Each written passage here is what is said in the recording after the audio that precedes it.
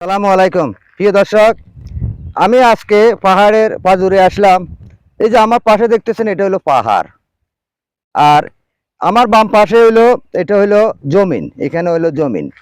এই যে দেখেন, এখানে হইলো পাহাড়ি যারা আছে কিংবা আমাদের এখানে বাঙালি পাহাড়ি সবাই মিলে এই চাষাবাদ করে জমিনগুলা। কিন্তু আমাদের এখানে প্রায় মানুষে কৃষিকাজে জড়িত। কৃষিকাজ না হইলে তো মনে করেন তারা চলতে পারবে না, তাদের কৃষিকাজের উপরে নির্ভর। তাই এই পাহাড়ের পাজুরে যতগুলা জমিন আছে, সব জমিনগুলাই এখন চাষের আওতায় চলে আসছে। তবে হ্যাঁ, আমি একটা কথাই বলতে চাই আমার এই দেশবাসীকে, কারণ আমাদের বছরে বছরে যে জমিনগুলা, আমাদের চাষের জমিনগুলা যেভাবে আপনার এই বিলীন হয়ে যাচ্ছে, কিভাবে বিলীন হচ্ছে সেটাই আমি আপনাদেরকে বলতেছি। কারণ প্রতি বছরে নতুন বাড়ি বানাইতেছে, কিবা আপনার কাছে টাকা আছে, পয়সা আছে, অনেকটাই বাড়ি তৈরি করতেছে, নতুন বাড়ি তৈরি করতেছে এবং কি বহুতল ভবন তৈরি করতেছে। কারণ আপনি হয়তো বাড়িতে বাড়িতে বসবাস করবেন আরো 10 বছর পরে, কিংবা আপনার ছেলের জন্য, আপনার নাতির জন্য আপনি বাড়ি বেঁধে রাখি দিচ্ছেন, কিন্তু জমিন কমে যাচ্ছে, উৎপাদন আর বৃদ্ধি হয় নাই, উৎপাদনও কমে যাচ্ছে। তথাপি আমাদের ভবিষ্যতে কি আমাদের জন্য দাঁড়িয়ে আছে সেটা অবশ্যই আপনারা অনুভব করে নিতে পারবেন।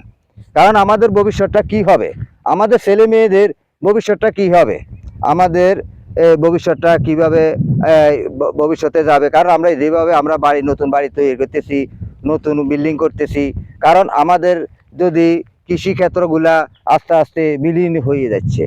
তাও তার ভিতরে দিয়ে অনেকগুলা জমিন খালি পড়ে রয়েছে, কারণ আমরা কোনো ব্যবস্থা নিতে পারছি না। এখানের কৃষকেরা কোনো চাষাবাদ করতে পারতেছে না, একমাত্র পানির কারণে। আজ যদি এখানে একটা সেলো মেশিন হইতো, তাহলে শত শত কালীন জমিন, এখানে সম্পূর্ণ জমিন খালি পড়ে রয়েছে। এখানে মানুষে বিভিন্ন রকমের সবজি কিংবা ইরি বড় ধান মানুষ চাষাবাদ করতে পারত। কারণ এই চাষাবাদের মাধ্যমে তো, যেহেতু আমাদের জায়গার সংকট, প্রতি বছর আমাদের জায়গা কমে যেতেছে, কিন্তু জায়গা বাড়তেছে না, জনসংখ্যা বাড়তেছে, খাদ্যের চাহিদা বাড়তেছে। তথা সকলের প্রতি আমি আহ্বান জানাতেছি, আপনারা যেখান থেকে আমার ভিডিওগুলো দেখতেছেন, যেখানে খালি জমিন আছে, আপনারা খালি জমিনে ফেলে না রেখে আপনারা যে কোনো পর্যায়ে একটা এই পানির ব্যবস্থা করে আপনারা চাষাবাদ করার জন্য চেষ্টা করবেন। সরকারের উপরে নির্ভর করলে কোনো লাভ হবে না। কারণ নিজের নির্ভরতায়, নিজের বাহুবল হইলে বড় বল, আপনার নিজের বাহুবল দেখাইয়ারে আপনি চাষাবাদ করেন, নিজে উন্নতি হন এবং কি স্বাবলম্বী হন, সেই প্রত্যাশা রেখে আমি এখান থেকে বিদায় নিচ্ছি। আসসালামু আলাইকুম।